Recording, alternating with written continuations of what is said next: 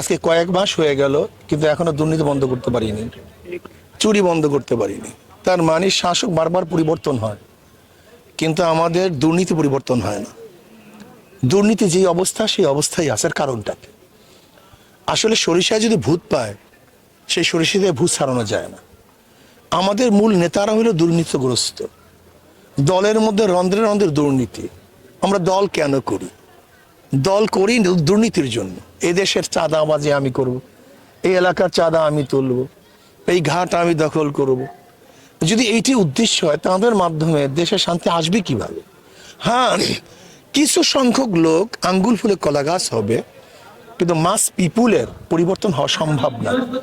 এর জন্য আমরা মনে করি যতক্ষণ পর্যন্ত শুধু নেতা নয়, নীতির পরিবর্তন চাই। নেতাও ভালো, নীতি নেতা নয় শুধু, যতক্ষণ পর্যন্ত নীতি ও আদর্শ পরিবর্তন না হবে, ততদিন পর্যন্ত শুধু নেতার মাধ্যমে নেতা পরিবর্তনের মধ্যে দেশে শান্তি আসবে না। কোনো আওয়ামী লীগ সরকারও বলবো না, বিএনপি সরকারও বলবো না। খোদ আলমগীর সাহেব নিজে বলেছেন যে আমি দুর্নীতি মুক্ত করতে পারিনি, চুরি বন্ধ করতে পারিনি, ঘুষ মুক্ত করতে পারিনি।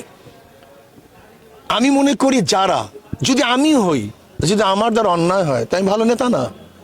যদি আমিও দুর্নীতিগ্রস্ত হই, তাহলে আমার দ্বারা দেশ ভালো চালানো সম্ভব না। আমি মনে করি আগে নেতাকে সংশোধিত হতে হবে, আদর্শবান হতে হবে, নীতিবান হতে হবে। তার মাধ্যমে একটা আদর্শবান নীতিবান জাতি গঠন করা সম্ভব। যেদিনকে জনগণ চুজ করবে, যেদিন জনগণ এরকম ভালো নেতাদেরকে গ্রহণ করবে, সেদিন কি হবে? যদি কালকে গ্রহণ করে, কালকে হবে।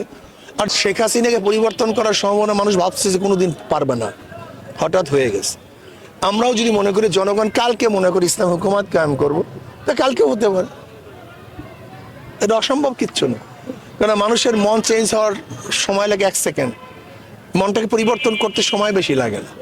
যদি মানুষের মন চেঞ্জ হয়ে যায়, ইসলামের দিকে ঝুঁকে যায়, কালকে ইসলাম হুকুমত হতে পারে। এটা অসম্ভব কিছু না। আমি জনগণের উদ্দেশ্যে বলবো, এমন আদর্শবান নীতিবান লোকদেরকে চুজ করা উচিত, এবং এরকম নীতি মানুষকে গ্রহণ করা উচিত যে নীতি মানুষকে দুনিয়াতে মুক্তি দেয়, আখিরাতে শান্তি দেয়। এই নীতি আদর্শ ইসলাম। ইসলাম দুনিয়াতে শান্তি দেয়, আখিরাতে মুক্তি দেয়। এই যে আল্লাহ আমাদের সবাইকে ইসলাম অনুযায়ী চলার তৌফিক দান করেন। আপনার সবাইকে ধন্যবাদ।